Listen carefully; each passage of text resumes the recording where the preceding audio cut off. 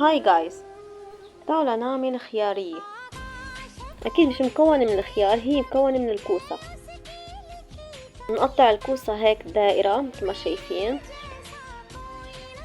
بدي مقلي وحضر الزيت، قلي فيهم شوية صنوبر، خليهم يحمروا شوي وبشيلهم.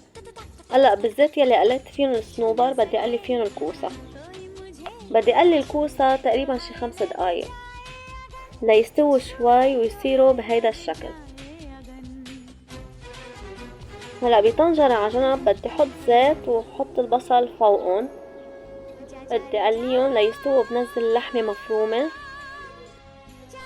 بقليهم كتير منيح. برجع بزيد فوقهم الكوسة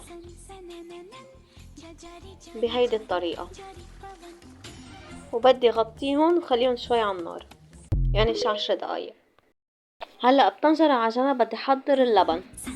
هون حطيت كيلو لبن، زدت عليها ملعقة نشا مذوبتها بنص كوباية مي.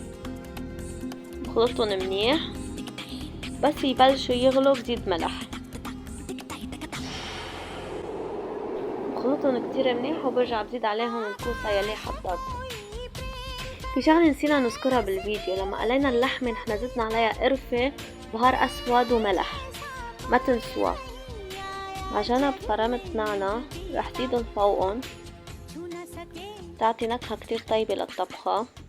ورح زيد فوقن صنوبر يلي قليناهم.